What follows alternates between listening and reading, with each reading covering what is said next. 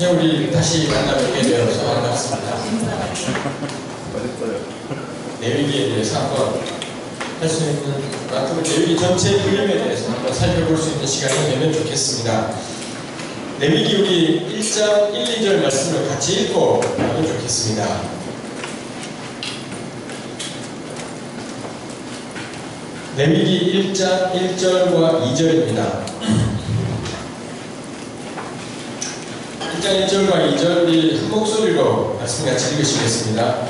여호와께서 회막에서 모세를 부르시고 그에게 말씀하여 이르시되 이스라엘 자손에게 말하여 이르라 너희 중에 누구든지 여호와께 예물을 드리려거든 가축 중에서 소나 양으로 예물을 드릴지니라. 아멘. 레위기는 우리 방금 목사님 소개해 주셨습니다만 오경 가운데 중심에 해당되는 집이다. 보통 우리가 그렇게 이야기를 합니다. 실제로 오경이 5번, 창출 레위기신 5번으로 되어 있고 가운데 레위기가 들어있기도 하죠. 창세기 같은 경우는 우리 창세기의 내용 대충 생각나지 않습니까? 창세기 전체가 말하고자 하는 바는 결국 이스라엘이 어떻게 해서 애국까지 내려가게 되었는가. 출애굽기에 보면은 이스라엘이 이집트 땅에 애국 땅에 살고 있는데 창세기는 어떻게 해서 이스라엘이 애국까지 내려가게 되었는지 그걸 다루는 것이 창세기라고 할 수가 있겠습니다. 최근에 개봉한 영화 혹성탈출이라고 보신 분 있을지 모르겠습니다. 혹성탈출이 원래는 옛날에 만들어진 영화가 있었더랬습니다. 지금까지 혹성탈출 영화가 3편이 있는데 보신 분 별로 없을 것 같습니다.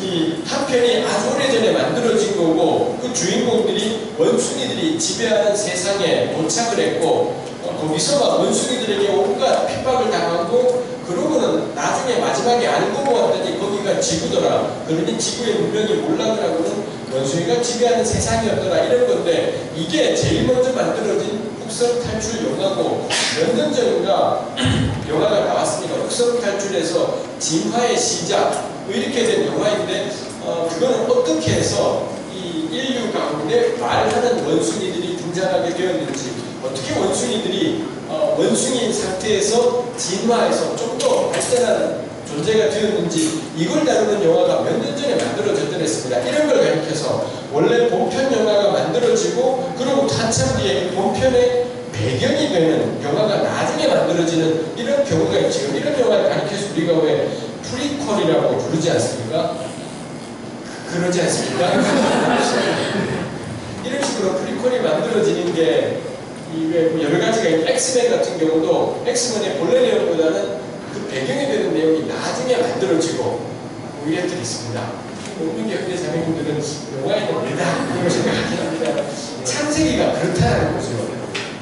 출애굽기가 사실은 먼저 존재한 셈인 건데 출애굽기가 있고 그 다음에 하나님께서 우리를 건지신 애국 땅에서 건져내신 걸 경험하신 다음에 그럼 우리가 어떻게 해서 이집트까지 오게 된 거지? 우리가 이런 놀라운 하나님의 은혜를 홍해에서 경험을 했는데 어떻게 우리는 생겨나게 된 거지? 출애굽기가 먼저고 그 다음에 등장한 것이 이 출애굽기의 프리퀄에 해당되는 창세기. 하나님이 처음에 이렇게 사람을 지으셨고 아브라함을 부르시고 가나안 땅에서 나그네로 살다가 애국까지 내려가게 되었다 해서는 이 출애굽기의 프리퀄에 해당되는 게 창세기이더라라는 것입니다. 그 다음에 출애굽기 애국 땅에서 이렇게 살다가 하나님의 건지심을 경험했고 광야를 거쳐서 마침내 가나안 땅에 들어가지 않습니까?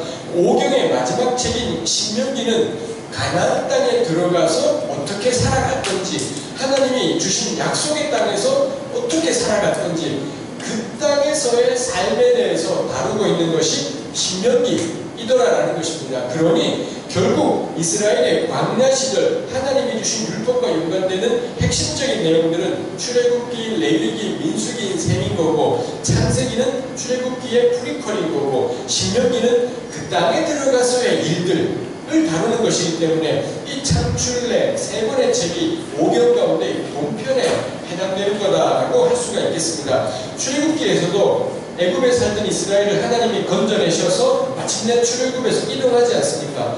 그래서는 출애굽기 19장 1절에 보면 출애굽한 지 석 달 만에 출애굽기 19장 1절 시내산에 도착하게 되고 석 달 만에 시내산에 도착해서 이 출애굽기 19장부터는 시내산에서 하나님께서 주신 말씀이 주어져 있고 그 다음에 출애굽기 나머지 전부 19장부터 시작해서 출애굽기 40장까지 그 다음에 레위기 전부 그 다음에 민수기 10장 10절까지 그 전부가 출애굽기 19장 1절부터 민수기 10장 10절까지가 시내산에서 주신 하나님의 말씀이더라라는 것입니다. 시내산에 머물렀던 기간은 1년 정도였었어요. 출애굽 3개월째 시내산에 도착해서 1년 정도 머무르고 출애굽 2년째 한 3개월 정도 지난 그때 이스라엘이 다시 시내산을 출발해요. 그게 언제냐? 민수기 10장 11절 거기서 시내산을 출발해서는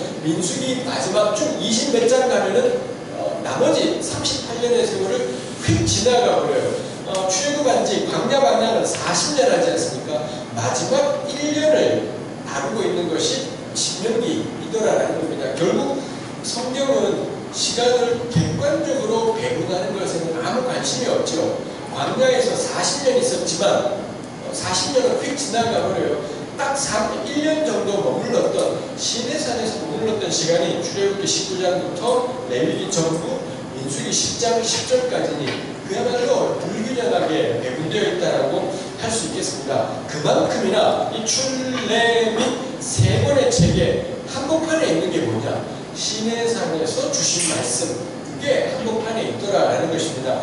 오경 전체 안에서도 출애굽이 본론에 해당되는데 본론 가운데서도 한가운데 가장 많은 분량을 차지하는 게 시간은 1년이지만 가장 많은 분량인 것이 출애굽기 19장부터 민수기 10장 10절까지의 시내산에서 주신 말씀. 이 시내산에서 주신 말씀 가운데서도 레위기는 그 통째로가 시내산에서 주신 말씀이더라라는 것을 알 수가 있습니다. 그러니 정말 레위기가 오경 가운데서도 가장 알맹이에 해당된다는 걸 알 수가 있죠. 레위기의 주제를 한마디로 말한다면 우리가 조금 이따 또 이야기하겠지만 거룩이라고 이야기할 수가 있을 겁니다. 레위기 전체의 주제가 거룩이다. 그렇다면 오경 전체, 오경 가운데 핵심을 차지하는 부분이 시내산 본문인 건데 시내산 가운데도 핵심은 레위기인 거고 레위기는 한마디로 말하면 거룩이라고 말할 수가 있을 겁니다. 결국 그렇다면 레위기가 거룩을 말하고 있다면 거룩한 삶이야말로 레위기의 핵심이요 시내산 본문의 핵심이요 오경의 핵심이라고 할 수 있겠고요. 오경은 구약 전체에서 가장 기본이 되고 토대가 되는 책인 겁니다. 그렇다면 이 거룩이야말로 구약 성경 전체의 핵심적인 단어다라고 이야기할 수 있겠습니다. 레위기 전체가 거룩을 이야기하지만 그 가운데서도 거룩에 대해서 가장 직접적이고 노골적으로 다루고 있는 부분이 레위기 19장 2절을 보면 너희는 거룩하라. 왜냐? 내가 거룩하기 때문이다. 하나님이 거룩을 딱 명령하시는 것이 19장 2절에 나와요. 그러고는 레위기 19장이 거룩이 어떤 것인지에 대해서 거룩한 삶의 내용이 무엇인지를 레위기 19장이 이렇게 저렇게 다루고 있는 거죠. 그러고 보면 레위기의 핵심이 거룩이랬는데 이 거룩을 19장에서 다룬다. 그렇다면 레위기 19장이야말로 레위기의 중심이요 시내산 본문의 중심이고 오경의 중심이고 구약 전체의 중심이라고도 할 수 있겠구나 싶은 겁니다. 어떤 율법학자가 예수님을 찾아와서는 율법의 핵심이 뭐예요? 여쭤봤더니 예수님이 두 가지로 답하지 않습니까? 1번이 마음 다해 하나님 사랑해라 였고요. 두 번째가 둘째는 이와 같으니 내 이웃을 내 몸과 같이 사랑하라 이 말씀하셨어요. 구약에서 내 이웃을 내 몸과 같이 사랑하라라는 말씀이 어디에 나올까요? 그 말씀이 바로 레위기 19장 18절에 나오더라라는 겁니다. 구약의 핵심에 해당하는 말씀을 하필이면 예수님께서 레위기에서 그것도 19장에 있는 구절을 선택하셨다라는 것도 우연이지는 않겠다라는 거죠. 뭐 이런 것들이 우리로 하여금 레위기가 구약 전체의 핵심이구나. 그리고 거룩이 그리고 19장이 굉장히 중요하다라는 것을 우리로 하여금 깨닫게 되는 것이 있습니다. 근데 그럼에도 불구하고 레위기는 참 읽기가 어렵죠. 연초에 우리가 성경 열심히 읽어야 되겠다 해서는 창세기부터 읽어나갈 때는 문제가 없죠. 창세기도 너무 좋고 은혜롭고 재밌고 출애굽기 읽을 때도 굉장히 은혜롭고 재밌고 그래요. 딱 언제부터 재미가 없어질까요? 출애굽기 19장부터 시내산에 도착하는 순간부터 재미가 없어져요. 왜냐하면 그때부터는 시내산에서 주신 율법, 1년간 머무르면서 하나님이 주신 율법이다 보니 딱 시내산에 도착하는 순간부터 율법과 규례이다 보니 재미가 없는 겁니다. 출애굽기 끝날 때까지 그래요. 레위기 쉽지 않죠. 온통 율법과 규례인 거고 언제부터 다시 이게 재밌어질까요? 민수기 10장 11절부터 재밌어져요. 그때부터는 시내산을 떠나서 사건이 발생을 해요. 불평하다가 죽기도 하고 사건이 발생하기 때문에 읽기가 괜찮아지죠. 특이하게도 오경의 핵심은 시내산의 핵심은 레위기인데 얘네들이 오경 가운데서 가장 읽기 어려운 본문이라는 점에서 아주 역설적이죠. 그래서 우리가 오경 가운데 시내산 본문을 진지하게 제대로 읽는 경우들은 참 드물다라고 할 수가 있습니다. 너무 읽기가 쉽지 않은 본문이죠. 그런 점에서 또 거꾸로 생각하면 이게 우리만 그렇지 않을 겁니다. 누가 읽어도 이 부분이 읽기가 쉽지 않은데 근데 이게 오경 가운데 가장 핵심적인 위치에 놓여있다는 겁니다. 그 점에서 레위기야말로 또 레위기를 둘러싸고 있는 출애굽기 19장부터 민수기 10장 10절까지의 이 시내산 본문이야말로 우리 성경의 가장 중심이고 우리 신앙의 중심이다라는 것, 그거 우리가 저는 꼭 기억하는 것이 필요하겠다 싶어요. 레위기를 읽다가 어떤 깨달음을 얻는다라든지 은혜가 된다라든지 감동이 되는 겁니다. 저는 자신있게 말할 수 있는 게 그렇다면 그거야말로 신앙이 한 단계 변화된 거다 싶은 겁니다. 레위기야말로 레위기를 읽을 때 이런저런 깨달음들과 이 관찰들을 그리고 무언가의 느낌들을 받게 된다면 그거야말로 정말 굉장히 본질적이고도 중요한 변화가 생긴 거다 라고까지 말할 수 있겠다 싶습니다. 레위기가 참 접근하기는 어렵습니다만 가령 우리가 예수님을 생각할 때도 말입니다. 예수님께서 내 죄 위해 대신 죽으셨다 라고 할 때 이걸 설명할 수 있는 가장 중요한 게 뭐냐? 레위기의 제사라는 거죠. 레위기에 나오는 5대 제사라는 게 모두가 그렇진 않지만 하여튼 누군가 우리 사람이 자기 자신을 하나님께 드려야 되는데 그 사람 대신 동물이 드려지고 제물이 드려지는 이런 일들이 있더라라는 것입니다. 그러니 예수님이 날 위해 죽으셨다라고 표현하지만 그거의 기본이 되는 개념이 뭐냐? 레위기의 5대 제사에서 나오더라라는 거지요. 그러니 예수님의 죽음을 알기 위해서도 너무 필요한 것이 5대 제사의 의미가 뭔지를 아는 것이 필요하겠다라는 거고요. 그 다음에 또 하나 우리가 예수님을 생각할 때 우리 죄 때문에 죽을 것을 우리 죄 대신 값을 치르셨다 그러지 않습니까? 예수님이 곧잘 비유하는 것처럼 많이 용서받은 자, 적게 용서받은 자, 가령 굉장히 많은 빚을 탕감받은 종이 있었는데 자기가 그렇게 많은 빚을 탕감받아서 너무 기뻤는데 자기한테 요만큼 빚졌던 사람을 용서해주지 않았더라. 그런 말씀이 나오지 않습니까? 예수님께서는 죄의 용서를 빚 탕감하고 견주어서 설명하시는 경우들이 많더라라는 겁니다. 그럼 이런 내용이 구약에 어디에 나오느냐? 레위기 25장인 거죠. 내가 누군가에게 빚을 져서 그 집에 땅을 팔아야 되고 그 집에 종으로 가야 되는데 나의 가장 가까운 친척이 오더니 나 대신 빚을 갚아준 겁니다. 내가 빌렸던 돈을 갚아줘서 내가 자유의 몸이 된다라든지 땅이 나에게 다시 돌아온다라든지 이런 이야기도 역시 구약 전체에서 레위기 25장에 나오더라라는 거죠. 예수님이 우리 위에 오셨다라고 할 때 내 죄 위에 대신 죽으신 분, 내 죄의 빚을 대신 갚아주신 분, 이 두 가지를 설명할 텐데 이 두 가지 역시 레위기에서 이 모든 것들이 설명되고 있더라라는 겁니다. 그런 점에서 예수님 사건을 제대로 이해하기 위해서도 우리에게 너무 중요한 것이 뭐냐? 레위기였다라고 저는 생각을 합니다. 오늘날에 저나 우리 모든 그리스도인들이 뭐 오늘날 우리 교회가 세상에서 욕을 먹고 그런 것들이 있지 않습니까? 그런 것들의 뿌리가 결국 예수님을 잘 알지 못하는 것이 있을 텐데, 그러면 예수님을 잘 알기 위해서 신약 성경을 또 읽고 또 읽고 또 읽으면 잘 알게 되는 걸까? 저는 그렇지 않겠다 생각을 해요. 신약 성경은 제사 제도에 대해서 설명하는 책이지 않다라는 거죠. 빛 탕감에 대해서 신약 성경이 이야기를 하고 있지는 않더라는 겁니다. 제가 어디 가든 놔두고 중요하다 생각하는 거지만 예수님 때 성경책이 뭐가 있었을까요? 우리는 지금 성경책을 창세기부터 요한계시록까지 신구약 66권의 성경을 가지고 있지 않습니까? 예수님 때 예수님이랑 제자들이랑 뭔 이야기를 하시다가 야 우리 성경 좀 보자. 성경을 폈다. 그때 예수님께서 펴신 성경책은 어떤 성경책이 있었을까요? 어떤 책이 있었죠?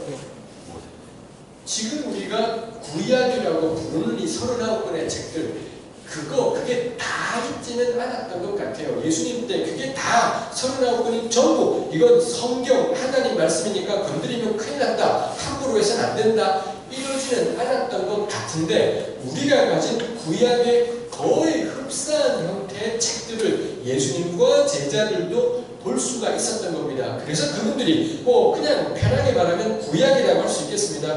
그분들이 성경 보자 구약을 펴고 보는 겁니다. 바울은요, 예수님보다 조금 더 뒤에 활동했던 바울이 곳곳마다 다니면서 전도 여행하지 않습니까? 그러면서 바울이 디모데후서 3장 16절 이하에서 모든 성경은 하나님의 감동으로 되었다 라고 할 때, 그 성경, 바울이 전도여행 다닐 때 읽었던 성경, 바울이 초대교회 식구들하고 함께 펼쳐보았던 성경은 뭐겠습니까?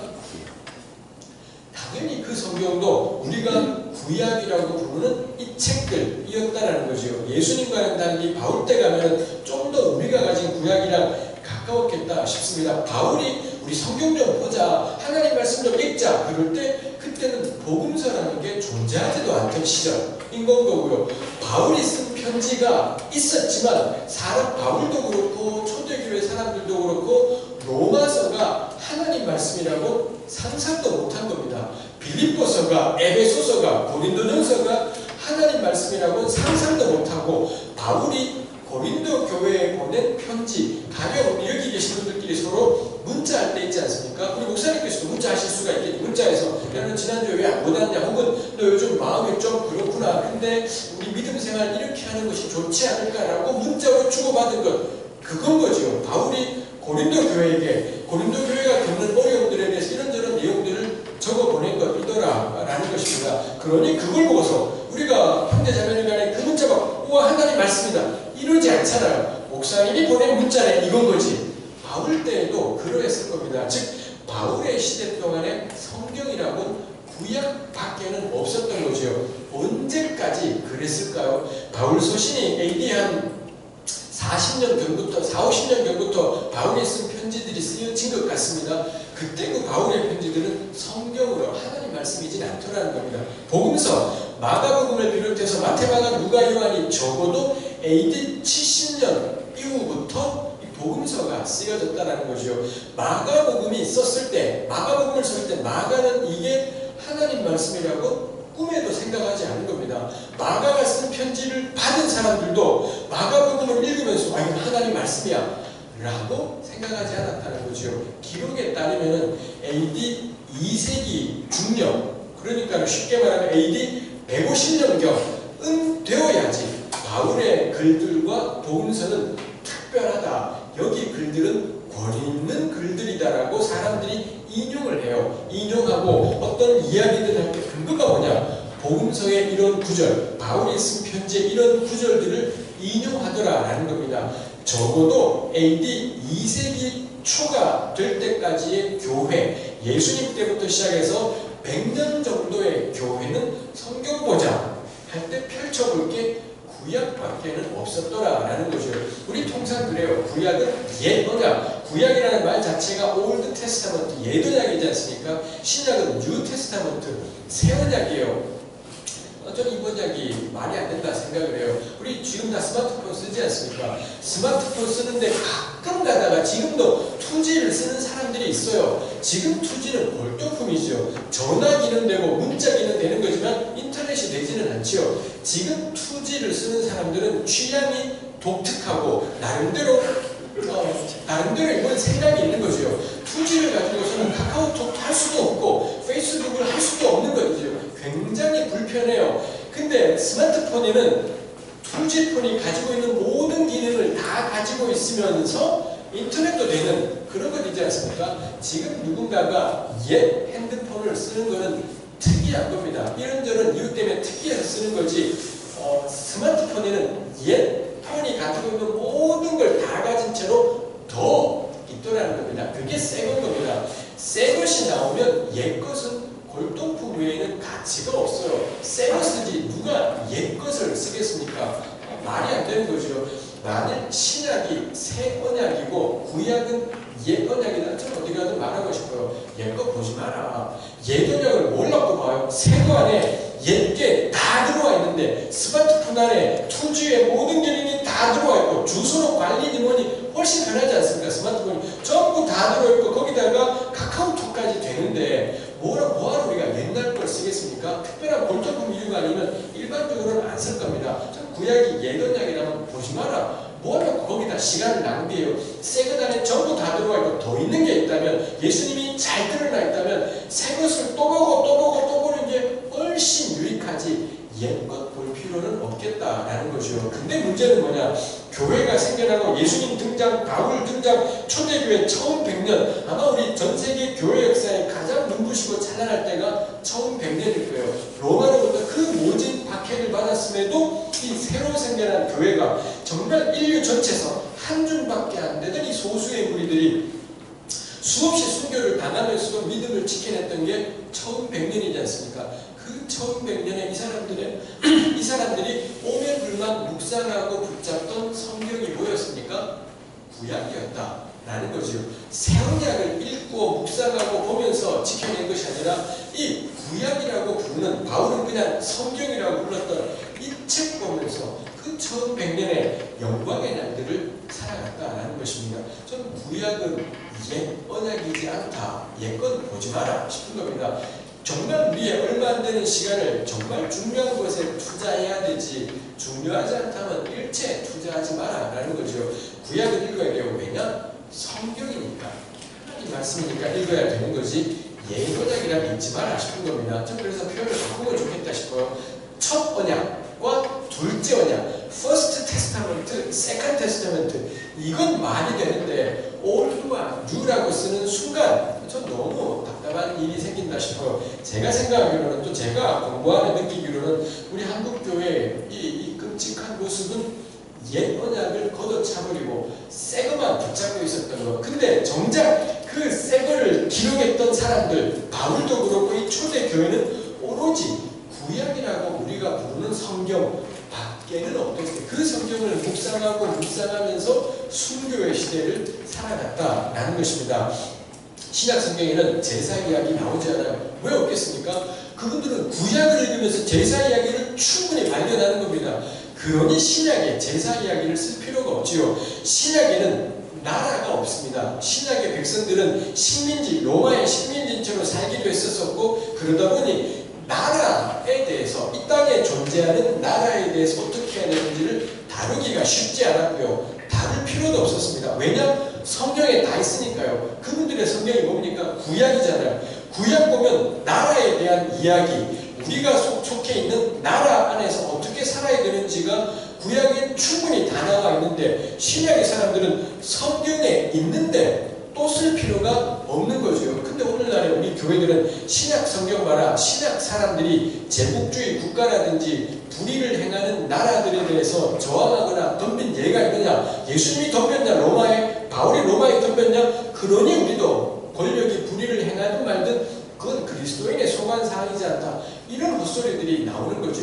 왜 예수님이, 복음서 기자들이 그걸 안 적겠습니까? 왜 바울이 잘못된 권력에 저항하는 걸 왜 안 적겠습니까? 성경에 있으니까요. 그분들이 읽던 성경은 구약에 충분히 예언자들이 걸핏하면 권력을 향해 당신 죽는다, 이런 식으로 통치하니 당신 망한다, 구약은 어디를 펼치든 그런 말씀들이 있잖아요. 이게 초대교회가 보던 성경이었다라는 거죠. 성경에 있으니 다시 그들이 고린도 교회에 편지 보낼 때 이것을 필요가 없는 것인데 우리는 신약에 없다라는 이유로 우리도 안 해도 된다. 예수님이 저항하지 않았으니, 바울이 저항하지 않았으니 교회는 전도만 하자. 이런 황당무계한 결론들이 나오더라죠. 이 모든 것들의 원인이 뭔가요?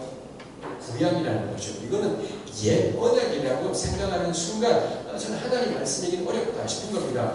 구약이라면 읽지 마라. 하나님 말씀이라면 읽어라 싶은 겁니다. 우리 목민교회 형제 자매님들이 지금 이 월화수목금 놀라운 수련을 하지 않습니까? 세상에 어떤 수련회가 아침 저녁 내내 성경만 보고 성경만 보고 이런 수련회가 어떻게 존재할 수가 없습니다. 말이 안 되는 것입니다. 그렇지만 너무 놀라운 거죠. 이게 증거죠. 이 시대 나중에 역사가들이 뭘 발굴을 해낸다고 말입니다. 여러분 우리가 축구 묻히고 기록만 묻히게 된다면 그때 어떤 대학부가 어떤 청년부가 구약만을 이렇게 일주일 내내 보는 수련회가 있었다는 것 자체가 그 당시에 한국교회가 구약을 하나님 말씀이라고 생각했구나라는 걸 보여주는 너무 중요한 증거겠다 싶은 겁니다. 구약이 진짜 하나님 말씀이라면 딴소리 하지 말고 읽어라죠. 읽는 것이야말로 구약을 묵상하고 붙잡는 것 이야말로 중요하겠다 싶어요. 신약 기자들이 너무 당연하고 성경에 있기 때문에 신약에서 다루지 않았지만 예수님 사건을 이해하는 가장 토대가 뭐냐? 이 대속이라든지 그 다음에 이 몸값, 탕감이라든지 이게 나와 있는 유일한 구약의 텍스트가 뭐냐?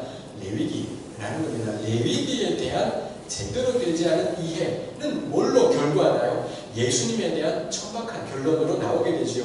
우리 오늘날에 복음이랍시고 늘 전하는 것이 자기 죄를 고백하고 예수님 믿으면 사함받고 천국 간다. 이게 우리의 복음이라고 길거리에서도 전해질 때가 있습니다. 조금 복음이지 않다. 예수님은 단 한 번도 나 믿고 천국 가라, 나 믿고 구원받으라. 예수님은 단 한 번도 제자들에게 그 말씀을 하신 적이 없잖아요. 사실 딱 해놓고 말하면 예수님은 제자들에게 단 한 번도 나를 믿으라라고 말씀하신 적도 없다라는 겁니다. 예수님은 늘 나를 따르라 말씀하셨던 건데, 그리고 그 소리를 듣고 예수님을 따랐던 바울이 예수의 복음을 전했던 거죠. 그래서 곳곳에 보면 예수님을 믿는다라는 표현이 나오지만 이 제자들은 명확하게 알았습니다. 예수를 믿는다라는 게 의미하는 게 뭔지 늘 성경 하나님의 감동으로 된 성경 구약을 읽으면서 예수 따르는 게 무엇인지를 보았던 건데, 우리는 그 초대교회가 열심히 보던 구약이 사라져버리니 우리에게서 신앙은 뭔가요? 내가 이렇게 많은 죄를 지었지만 예수님의 이름을 붙잡고 하나님 내가 죄를 많이 지었어요. 고백하고 인정합니다. 예수님 믿어요. 그럼 그 죄가 싹 다 없어지고 난 죽으면 천국.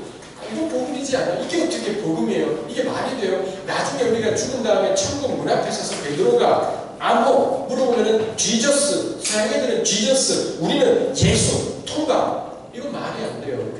예수님 천국 가는 건 아무이지 않아요. 온라인 사이트들이야 아이디랑 패스워드 입력하면 다 열리지만 절대로 천국 문은 예수 열리지 않아요. 귀신도 예수께서 하나님의 아들인 줄을 알고 떤다라고 하지 않습니까? 귀신도 알아요. 예수가 하나님의 아들인 줄. 귀신이 그 영생을 경험하게 되나요? 그 풍성한 하나님 나라의 삶을 누리게 되나요? 말이 안 되는 이야기가 나는 것입니다. 이런 것들이 레위기로 대표되어지는 구약이 사라져버리고 나니까 남는 게 뭔가요? 예수 믿으면 천국 간다라는 전혀 복음이지 않은, 어디에도 이게 복음이다라고 선포된 것이 성경에서 우리가 찾아볼 수가 없는데 말입니다. 구원 검색할 만하지 않습니까? 그때도 제가 보냈을 것 같아요. 어지간하면 검색하자. 검색을 해보는 거죠. 구원이라는 단어 검색하면 구약 성경에 압도적으로 많이 나올 겁니다. 구원 검색해보면 쫙 나오지 않겠습니까? 하나하나 보는 겁니다. 뭐가 구원이지? 구약 성경에 단 한 구절에도 아마 수천 군데 구원이라는 단어가 나올 겁니다.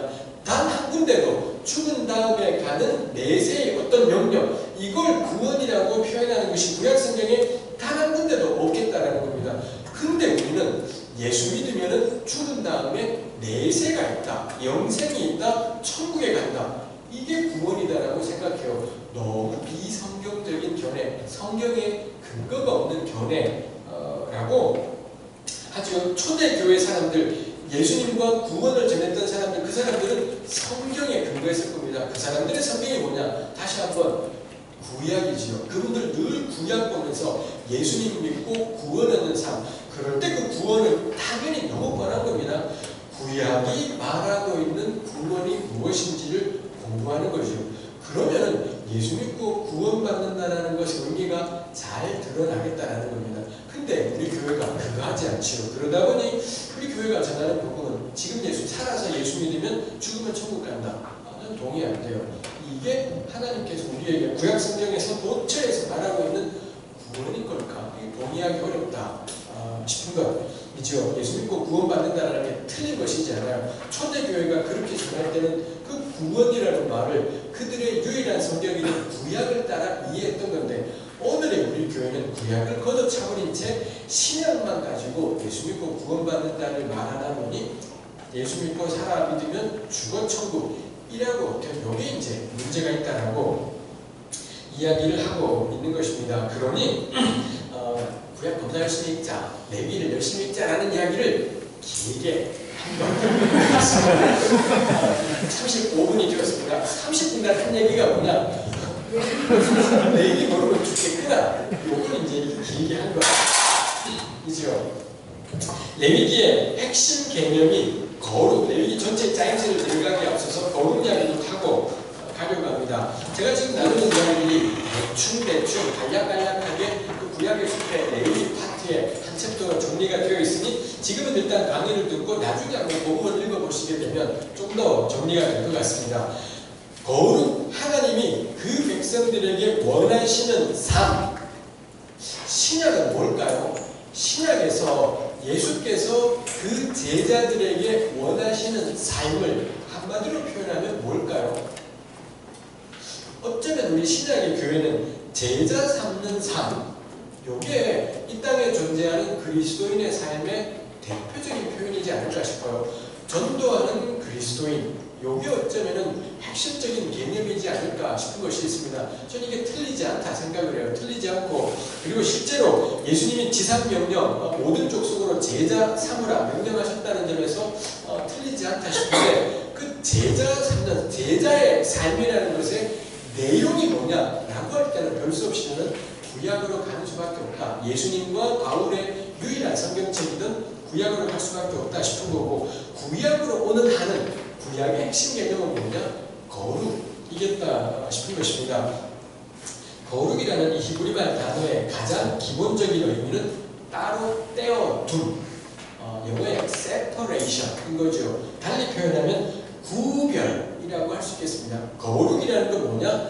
따로 떼어졌다, 구별되었다 라는 걸 거고요. 순우리말로 표현해 보자면 다른, 요거를 요런 물건들이 여러 개가 있는데 말이에요. 여기 이렇게 이 마카폰이 여러 개가 있지만 그 중에 하나를 특정한 목적으로 따로 떼어둔 겁니다. 그럴 때 여기 이제 거룩이다라고 이렇게 규정이 되는 거죠. 거룩, 그렇게 따로 떼어진 것 혹은 구별된 것, 쉽게 말하면 구별되다 보니 달라진 거죠. 나머지 것들하고는 다른 무언가를 지니게 된 것이겠습니다. 이렇게 다른 것, 구별된 것, 요게 거룩인데, 구약이 이야기하는 바는 그렇습니다. 유일하게 원천적으로 거룩한 존재, 원천적으로 구별되었고 따로 떼어져서 나머지 것들과는 다른 존재가 누구냐? 오직 하나님 한 분만이 원천적으로 거룩해요. 하나님은 거룩하시다. God is holy라는 말이 구약의 도처에 나올 겁니다. 하나님만이 유일하게 원천적으로 본래부터 거룩해요. 하나님은 구별된 분입니다. 하나님은 달라요. 그래서 이 하나님의 거룩을 가리켜서 겁나 그럴싸한 한자말로는 전적 타자라는 게 왜 다다다 치는 타자 말고요. 타자, 다를 타자를 쓰는 그런 거 있지 않습니까? 전적 타자, 하나님은 완전히 다른 것입니다. 우리가 다른 곳에 가면 느끼는 마음이 낯섦이지 않습니까?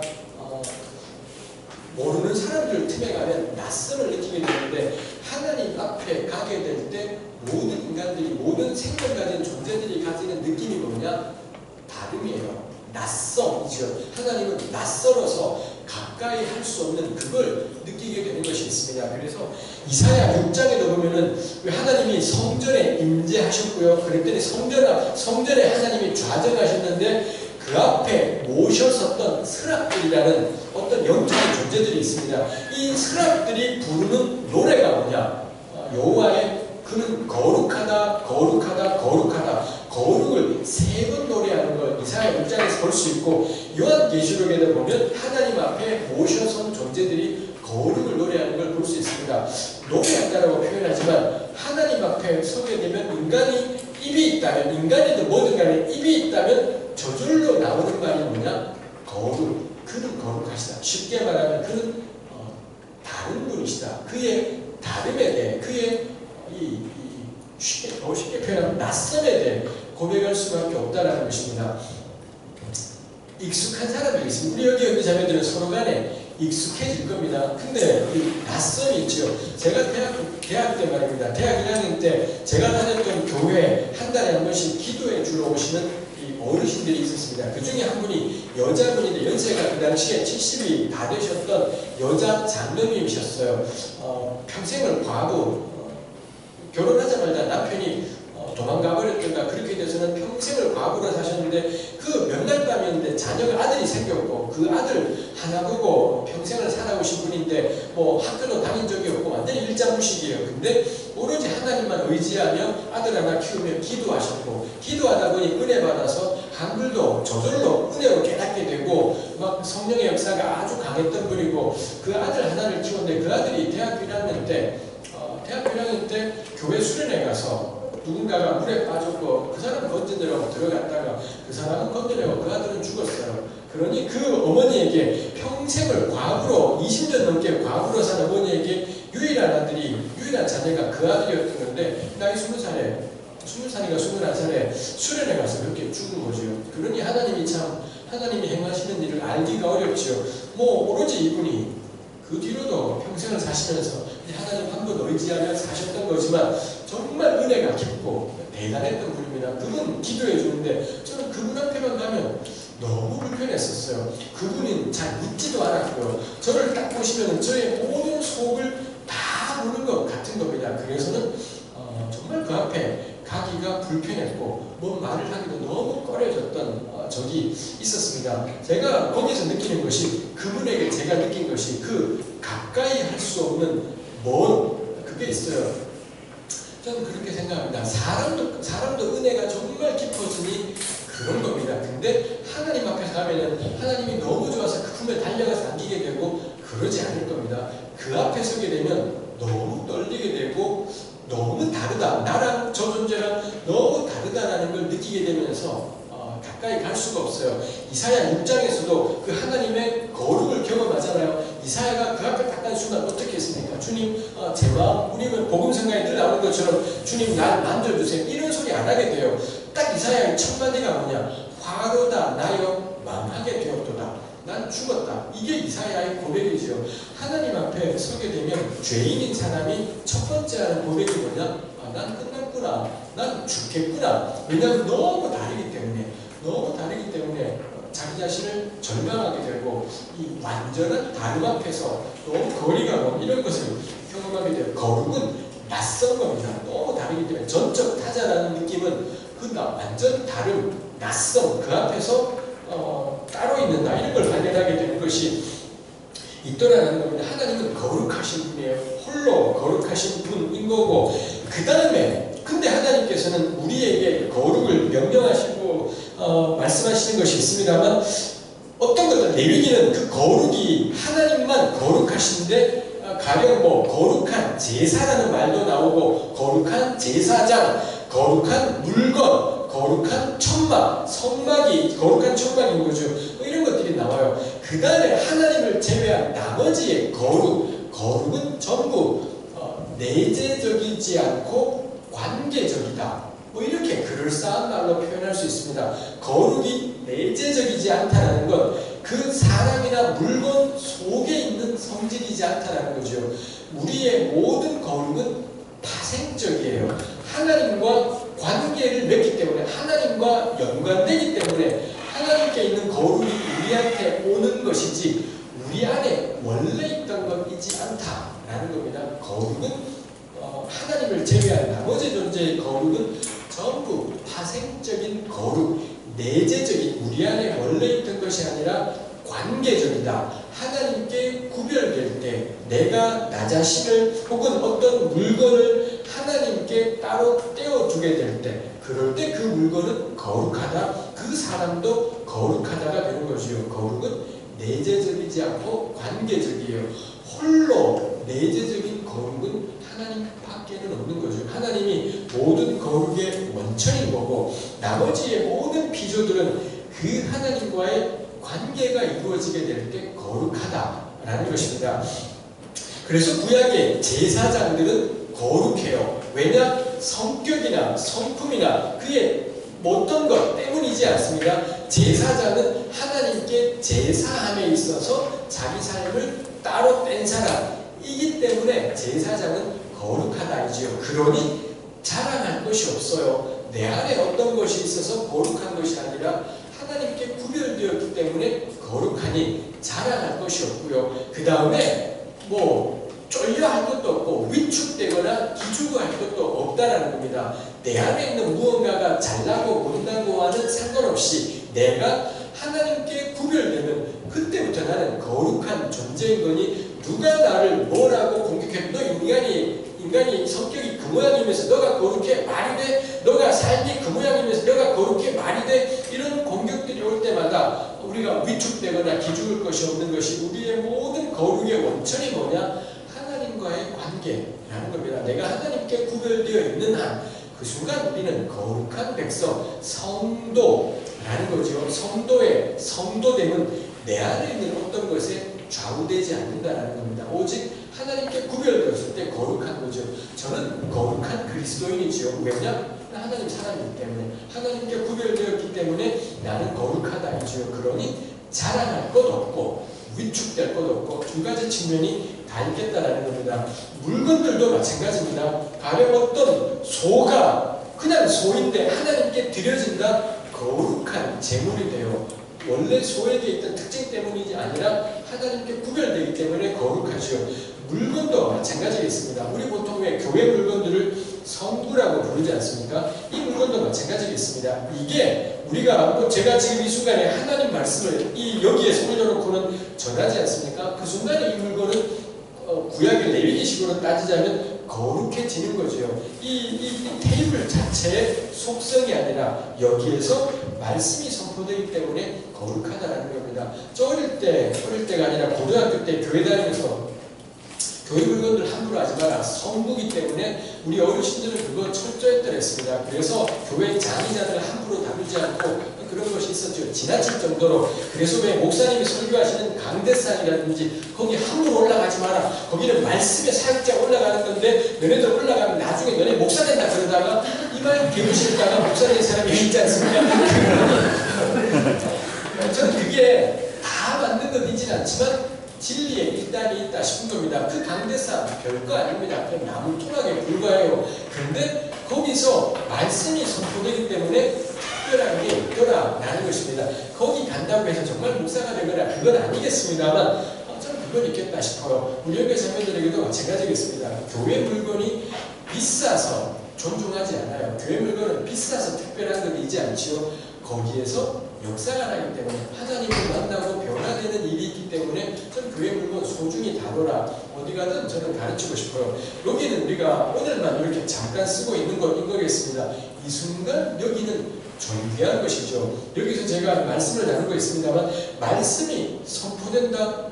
거기가 성전인 겁니다. 거기가 예루살렘이지 않습니까? 예루살렘은 지금 이스라엘 땅에 있는 예루살렘이지 않아요. 거기 1000년을 가서 난리 법석을 떨어도 거기 예루살렘이지 않습니다. 어디가 예루살렘인가요? 여기가 예루살렘인 거고요. 우리 목민교회 식구들에게는 목민교회와 그 인근의 지역 존재, 거기가 예루살렘이지. 저는 이스라엘의 성지순례 절대 가지 마라 원해요. 성지순례 가지 말고 놀러 가라. 놀러 갈 때 천지지 않습니까? 유럽도 갈 수도 있고 미국도 갈 수 있는데 예루살렘에 저는 한 번도 성지순례 못 가봤습니다. 한 번은 가보고 싶어요. 한 번은 놀러 가서 몇 천 년 전에 주님이 걸으셨을 법한 그 거리, 이사야랑 예레미야가 부대꼈을 것 같은 그 거리를 느껴보고 싶어요. 그렇지만 거기는 절대로 성지이지 않습니다. 지금 이스라엘 가지고 성지라고 난리 법석을 떨어요. 절대 거기는 성지이지 않아요. 말씀이 선포되지 않는데 무슨 성지겠습니까? 여호와의 율법이 나오지가 않는데 거기는 성지이지 않아요. 어디가 거룩은 내재적이지 않습니다. 장소에 머물러 있는 것이 아니라 거룩은 관계적이에요. 어디든 하나님과 관계가 성립될 때 거기가 거룩한 법이지요. 그러니 지금 이 순간 여기는 성지, 거룩한 장소이죠. 왜냐? 하나님 말씀이 우리를 묶어내는 것이 있더라라는 겁니다. 그러니 총합이든 궁궐이든 내 주 예수 모신 곳, 거기가 성지인 거고 하나님의 나라인 것이지 장소이지 않다. 아직도 우리 한국의 그리스도인들 가운데 예루살렘이 뭐가 있다라고 생각을 해요. 전혀 그렇지 않다. 거기가 예루살렘이지 않다. 여기가 우리 살아가는 것이 예루살렘이다 라는 것이죠. 거기가 거룩인 것이겠다라는 겁니다. 그러니 저는 교회 물건들 조심해라. 늘 권하고 싶어요. 주일학교 아이들한테도 교회 물건 함부로 다루지 말고 아까워서이지 않다. 아까운 건 상관없어요. 아까워서가 아니라 여기서 역사를 하기 때문에 우리 시간이 가지만 알게 뭐겠습니까? 어떤 제가 배웠던 저의 영적인 부모님 같은 목사님 사모님이 계십니다. 그분들 그냥 일반 교우일 때 집사님일 때 은혜를 받으셨고 성령 체험을 한 겁니다. 그러자 그분들이 뭐가 되고 싶으면 사찰 집사님이 되고 싶었대요. 요즘에 교회들이 목민교회 사찰 집사님, 요즘 관리 집사님이라고 부르지요. 옛날에는 교회마다 왜 사찰 집사님이라고 교회 청소하고 관리하고 이러시던 분이 있습니다. 이 두 분이 은혜를 받으시더니 사찰 집사가 그렇게 되고 싶다라는 겁니다. 그리고 실제로 하시기도 하셨어요. 주일날 되면 누구보다도 먼저 제일 일찍 교회 오는 겁니다. 그리고는 교회 장로회장을 다 닦고 강대상을 다 닦는 것이요.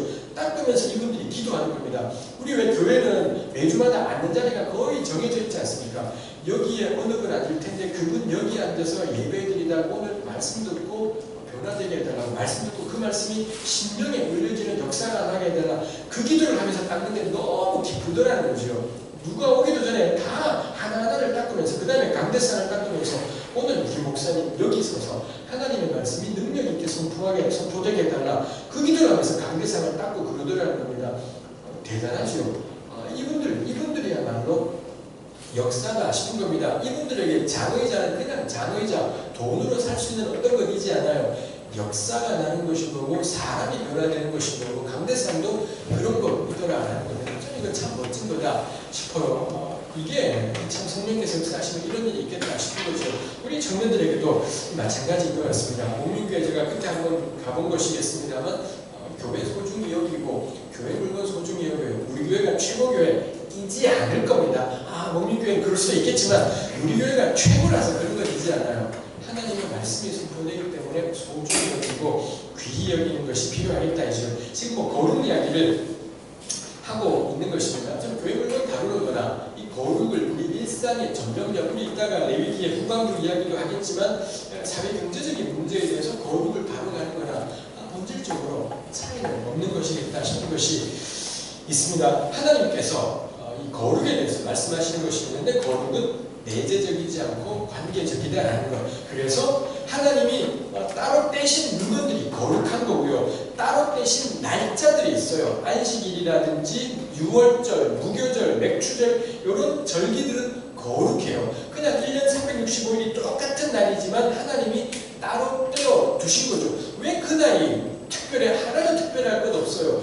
유일한 이유는 하나님이 그 날을 맥추절로 초막절로 정하셨으니 그 날이 다른 날들과는 달리 특별한 의미를 가지게 되는 것이 있더라지요. 거룩은 내재하지 않고 관계적이기 때문에 특정한 목적을 위해 따로 떼어지게 될 때 거룩하다는 것이 있겠습니다. 이스라엘은 근본적으로 그런 구별된 존재, 그게 이스라엘이다라고 할 수 있겠고, 이렇게 하나님께 구별됨을 통해 주어지는 거룩이 있는가 하면 또 하나의 레위기가 말하는 거룩은 명령하는 거룩이 있습니다. 너희는 거룩하라라고 명령하시는 거룩이 있지요.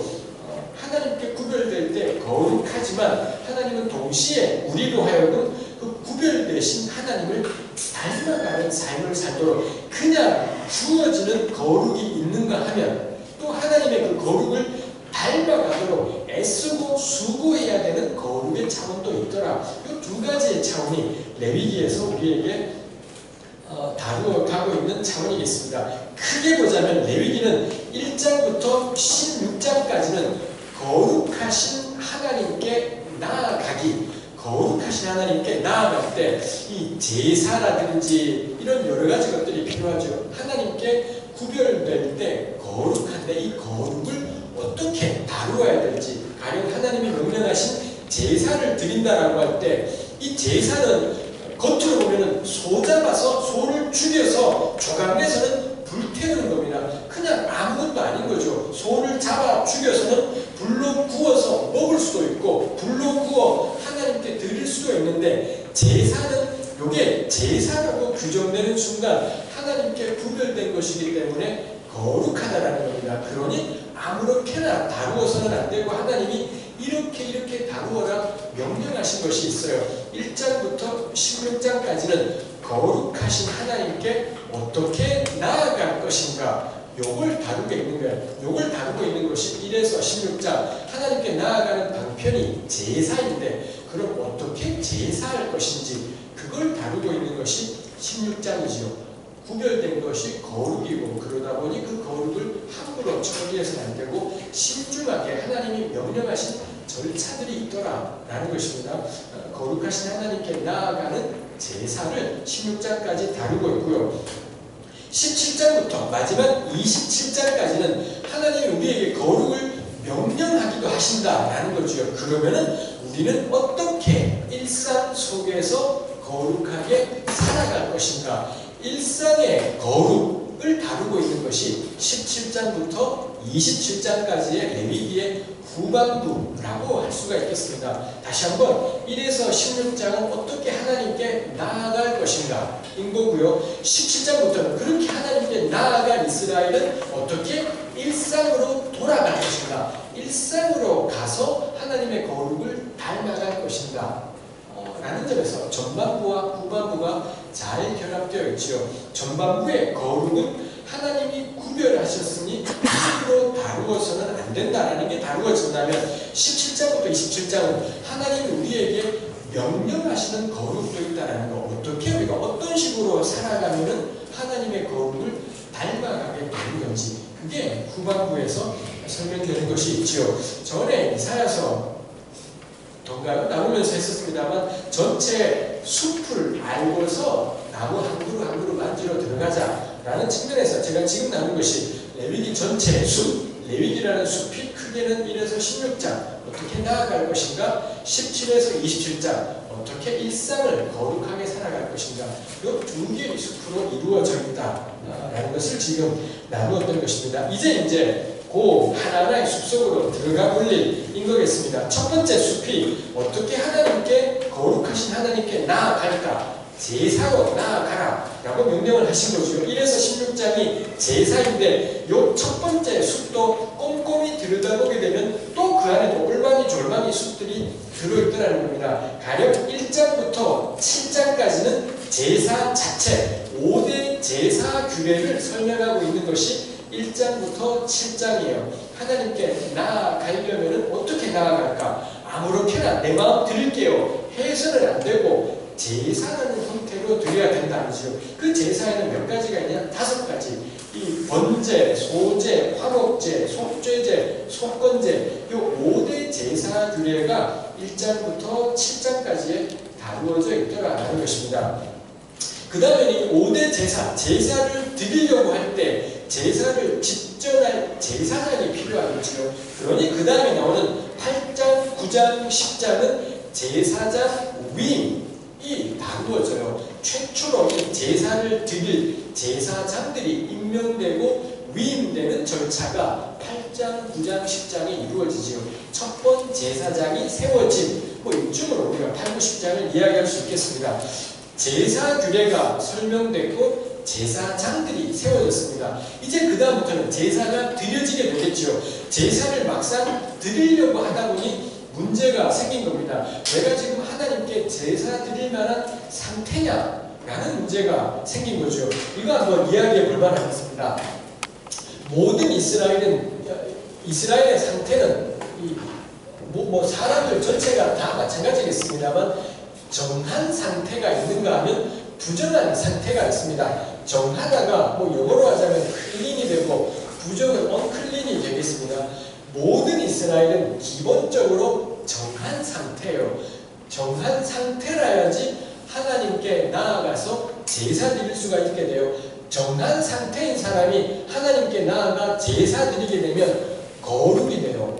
그냥 평범한 가령 정한 소가 있죠. 소가 있는데 이 소를 하나님께 드렸다. 그럼 그 소는 거룩, 홀리의 영역으로 옮겨가게 되는 거죠. 모든 정한 것들이 하나님께 구별되면 거룩해지는 거고요. 거룩하지 않은 물건은 기본적으로 속된 상태가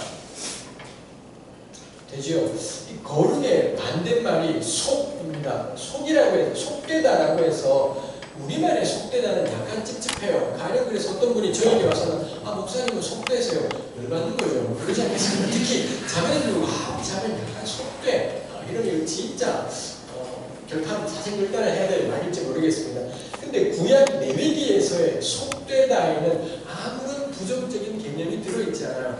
모든 존재는 기본적으로 속된 상태라는 겁니다. 이 속되다라는 걸 영어 단어로 profane이라는 단어를 쓰는데 이 영어 단어도 느낌이 찝찝한 것이 있습니다. profane보다는 오히려 레위기에서 말하는 이 속되다라는 영어의 더 적절한 단어는 common인 거죠. common 내지는 노멀이라고 말해야 될 것 같기도 해요. 모든 이스라엘은 모든 물건들은 기본적으로는 common, 노멀, 정상적인 상태에 있다라는 거죠. 그래서 이스라엘은 이 두 가지의 상태가 기본값이에요. 모든 이스라엘과 소니, 염소니 하는 것들은 기본적으로 속되고 정한 상태에 있더라. 이런 물건이 근데 이 정한 상태에 있는 물건이 하나님께 드려지게 되면 거룩으로 옮겨가게 되는 거고요. 그렇지 않다면 기본적으로 정하며 속된 상태에 있더라라는 겁니다.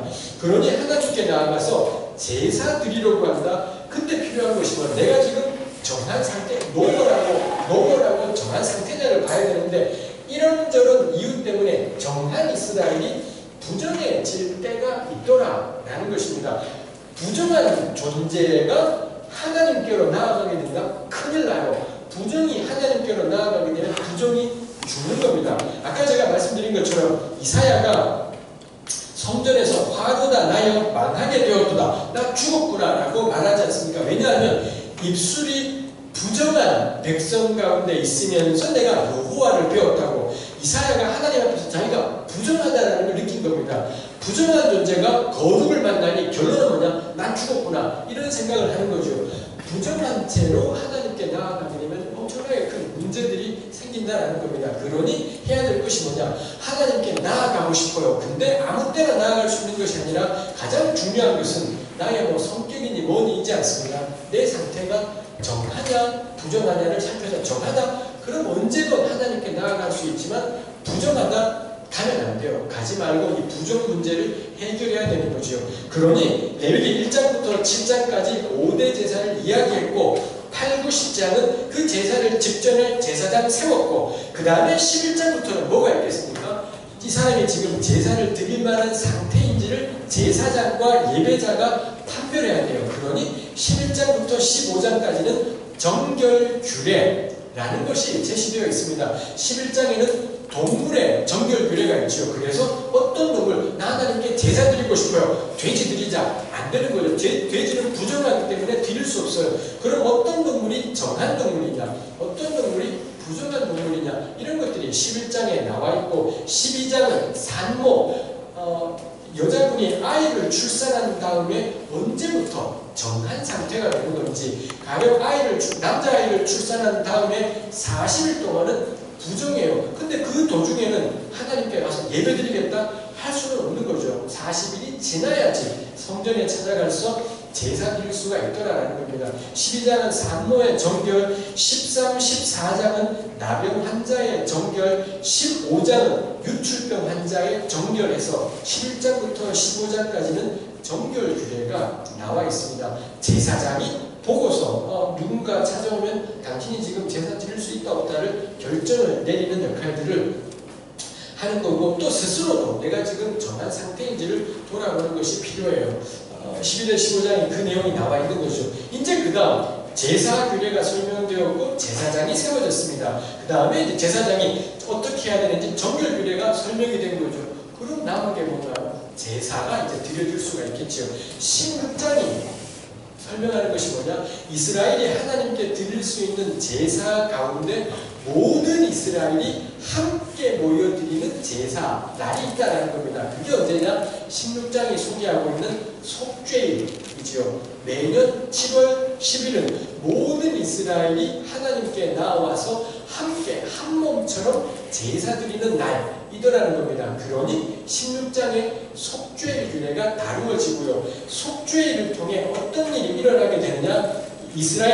혹시 이스라엘이 부정하거나 문제가 있는 상태였다. 속죄일을 통해 이스라엘의 모든 죄가 용서가 돼요. 죄가 용서가 되는 일이 일어나게 되고, 그 다음에 혹시 이스라엘의 성막에 있는 물건이 더럽혀지거나 오염되었을 수도 있겠지요. 속죄일을 통해 성막의 모든 물건들이 정결하게 돼요. 사람은 용서받게 되고 물건은 정결하게 되고, 사람의 죄의 용서와 성막 물건의 정결, 이 두 가지가 일어나는 것이 속죄일 예식인 겁니다. 속죄일을 거치게 되면 이제 그 다음날부터 사람들과 물건은 기본값을, 디폴트 값을 회복하는 거죠. 이 속죄일을 통해 사람은 용서받았고 물건은 깨끗게 되었으니 이제 그 다음부터는 힘차게 일상을 살아가는 거고요. 그렇게 1년을 살고 그 다음에 속죄일이 되면 속죄일 행사를 통해 다시 리셋 시키는 거죠. 디폴트 값으로 돌아가서 기본적인 정결과 기본적인 사죄, 그래서 또 일상을 살게 하더라라는 겁니다. 정리. 5대 제사가 소개됐고, 제사를 집전할 제사장 세우고, 그 다음에 제사 드릴 만한 상태인가 정결규례 설명했고, 모든 준비가 다 끝났어요. 그럼 제사 드리자. 가장 처음에 다룰 제사가 당연히 속죄일일 수밖에 없겠지요. 모두를 기본값으로 죄 없는 상태, 정결을 회복한 상태로 돌아가게 하는 이 속죄일이 16장에 다뤄질 수밖에 없겠다라는 겁니다.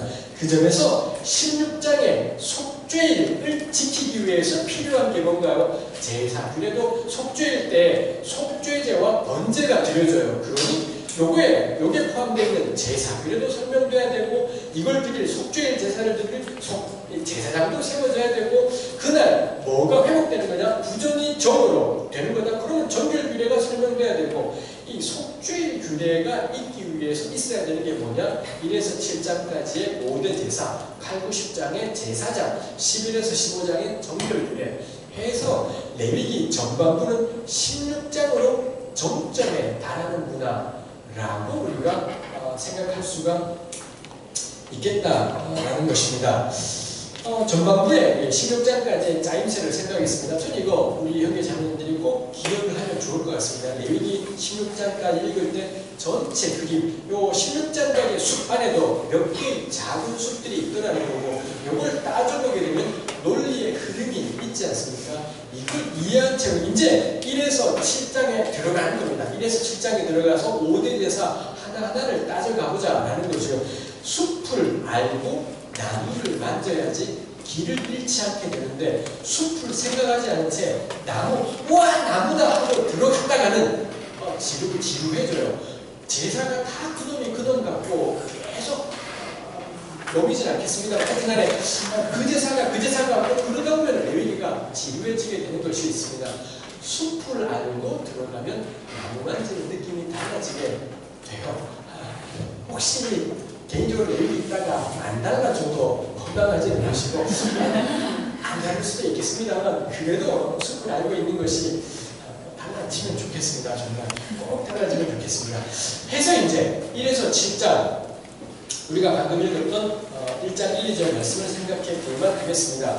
우리가 5대 제사를 다 상세하게 할 수는 없겠습니다만 5대 제사의 특징적인 부분들만 짚고 가야 될 것 같습니다. 일단 제사의 기본적인 서론에 해당되는 것이 1장 1, 2절 말씀인 거죠. 여호와께서 회막에서 모세를 부르시고 그에게 말씀하여 이르시되, 1장 1절이 말하고자 하는 바는 레위기에 나와 있는 제사규례의 출처가 어디냐? 하나님이다라는 것. 하나님이야말로 모든 제사규례의 출발지다. 성경이 우리에게 일러주고 있는 바이죠. 2절 이스라엘 자손에게 말하여 이르라. 너희 중에 누구든지 여호와께 예물을 드리려거든 가축 중에서 소나 양으로 예물을 드릴지니라 라고 되어 있습니다. 너희 중에 누구든지 여호와께 예물 드리려거든, 일단 이스라엘 자손들이라면 누구든 여호와께 예물 드릴 수 있었지요.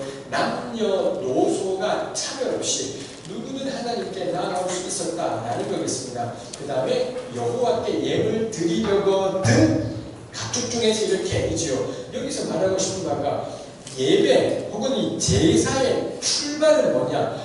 명령이지 않습니다. 이스라엘은 예배 드려라 라고, 이스라엘은 예배 드려라, 예배 드릴 때 이렇게 해라 있지 않지요. 예물을 드리려거든 안 드릴 거냐? 냅둬라라는 거예요. 안 드릴 거냐? 말하라, 마음대로 해라는 거고, 드릴 거냐? 드리고 싶다면 이런 절차를 따라 하나님께 나아오라라는 겁니다. 다시 말하면 예배의 출발은 자원이라는 거죠. 의무이지 않습니다. 자원이 이 예물 드림의 가장 기본적인 출발이다 라는 것을 우리가 유념할 만한 일인 거죠. 예배는 강제 늘리지 않겠다라는 겁니다. 이거랑 우리가 연관지어 생각해 볼 만한 것이, 하나님이 태초에 아담과 하와를 만들지 않습니까? 아담과 하와를 만드시고 특이한 것이 말입니다. 창세기 1장, 2장, 3장에 단 한 번도 등장하지 않는 말이 예배입니다. 하나님께 예배하게 되어있습니다. 한 번도 그 말이 등장하지 않아요. 예배가 처음 등장하는 것이 4장입니다. 4장 아담과 하와가 에덴 동산에서 쫓겨나지 않습니까? 그리고 쫓겨나고 가인과 아벨 사건이 있고, 가인이 아벨을 죽이고 가인이 쫓겨나고 하나님이 새로운 자식으로 셋이라는 자식을 아담과 하와에게 주시지 않습니까? 셋 때에 가서야 비로소 여호와의 이름을 불렀더라. 우리 구약에서 여호와의 이름을 부르다라는 건 예배하다를 의미하는 관용적인 어떤 거죠. 셋 시대에 가서야 예배라는 것이 등장하고, 거기도 명령으로 주어진 그런 것 있지는 않습니다만, 하나님이 사람을 지으셨을 때 우리 생각에는 말입니다. 너희들은 예배하라 라고 명령하실 것 같은데 어디에도 예배가 명령되진 않아요. 사람의 부름받은 지어진 사람이, 하나님이 그 사람에게 하신 가장 첫 번째 건 사실은 예배이지 않죠. 하나님이 아담을 지으시더니 하나님이 조성하신 에덴 동산에 데려가셨고, 거기서 에덴 동산을 경작하며 가꾸게 하셨다. 그런 표현이 나오는 것이 있습니다. 사람의 존재에 가장 처음에 하는 일이 뭐냐? 경작하며 가꾸기. 쉽게 말하면 노동이죠. 노동이야말로 인간의 존재 이유이고 존재 목적이었구나라는 걸 깨닫게 되는 것이 있습니다. 저는 그게 구약 성경이 다른 고대 중동의 이런 신화들하고 구별되는 너무 중요한 지점이라고 생각을 해요. 노동을 어떻게 생각하는가가 하나님과의 관계가 너무 중요한 것이 있습니다만, 하여튼간에 반대로 세지 말아야겠습니다. 레위기 1장 2절 예배의 출발은 자원이다 라는 것이 있습니다. 예물 드리려거든 자원, 그럴 경우에는 이렇게 드려라라는 것이 있습니다. 예물을 드리려거든 가축 중에서 소나 양으로 예물을 드려라 했던 거고요. 근데 그 예물이 1장 3절은 그렇게 하나님께 예물을 드리고 싶어진 겁니다. 근데 그 드리고 싶은 예물이 소의 번제라면 1장 3절이야 규례. 1장 3절이야는 소의 번제, 10절은 가축의 양이나 염소의 번제, 14절은 새의 번제. 결국 레위기 1장 3절부터 1장 마지막 17절까지는 번제를 예물로 드리고 싶냐? 그러면 요렇게 드려라 라고 설명하신 거고요. 2장 1절에 가면 소제의 예물을 드리고 싶냐? 그러면 2장의 규례를 따라해라 가 됩니다. 3장에 가면 사람이 만일 화목제 제물을 예물로 드리고 싶냐? 그러면 3장이 되는 거죠. 1장 2절에 예물 드리고 싶냐? 그러면 요렇게 드려라. 근데 예물의 종류가 번제라면 1장 3절 이하, 소제라면 2장 이하, 화목제라면 3장, 해서 1장 2절이 지배하고 있는 데가 어디까지냐? 1장 1, 2절이 지배하고 있는 부분은 1장 3절부터의 번제와 2장에 나오는 소제, 3장에 나오는 화목제, 요 세 가지 제사의 머릿말에 해당되는 것이 1장 2절이라고 할 수 있고, 요 세 가지 제사를 한마디로 묻자면 자원제인 거죠. 본인이 스스로 원해서 드릴 수 있는 제사가 뭐냐? 번제, 소제, 화목제. 요 세 가지 제사는 자원제라는 것입니다. 4장에 가면 달라집니다. 4장 1절에 가면 여호와께서 모세에게 말씀하여 이르시되가 나오지 않습니까? 그 4장 1절은 1장 1절에 있었던 건데, 1장 1절에 여호와께서 모세를 부르시고 말씀하여 이르시되가 있었고, 2장에도 여호와께서 모세를 부르셔서 말씀하신다가 없고, 3장에도 없는데 4장에는 나오지요. 이것만 봐도 3장까지 하고 4장까지는 단락 부분이 너무나 크게 됐구나 라는 걸 우리가 짐작할 수가 있겠다는 겁니다. 4장 2절 보시면 이스라엘 자손에게 말하여 이르라. 요것도 그렇지요. 1장 2절에 이스라엘 자손에게 말하여 이르라가 있었는데 4장 2절에도 있어요. 다시 한번 4장은 3장까지 하고는 솔찬히 단락이 구분되어버렸다. 본문 자체가 단락을 쪼개고 있구나라는 걸 알 수가 있지요. 그 다음에 누구든지 여호와의 계명 중 하나라도 범죄하였다면 제사 드려라. 요건 달라요. 1장 2절은 누구든지 여호와께 예물 드리려거든 번제, 소제, 화목제로 드려라요. 4장 2절은 누구든지 범죄했냐? 그러면 요런 제사 드려라. 4장이 설명하는 건 속죄제입니다. 4장 2절에서 우리가 깨닫게 되는 것이 속죄제는 의무제사라는 겁니다. 언제 드려야 되는 건가요? 범죄했다라는 걸 깨달으면 무조건 드려야 되는 제사가 속죄제 이거라는 것이요. 그래서 1, 2, 3장의 제사와는 구별돼요. 1, 2, 3장의 제사는 원하면 드리는 자원제라면 4장에 나오는 속죄제는 죄를 지었을 경우에 의무적으로 드려야 되는 제사라는 점에서 3장까지의 제사와는 구별되죠. 속죄제가 4장 1절부터 시작해서 5장 13절까지가 속죄제를 설명하고 있고요. 5장 14절 보시면 여호와께서 모세에게 말씀하여 이르시되 이 단락 부분의 표시인데 얘가 또 나왔지 않습니까? 여기도 단락 부분 돼버렸다. 본문 자체가 단락을 쪼개고 있다 알 수가 있고요. 그 다음에 15절 누구든지 여호와의 성물에 대하여 부지 중에 범죄하였다면 속건제 드려라 이지요.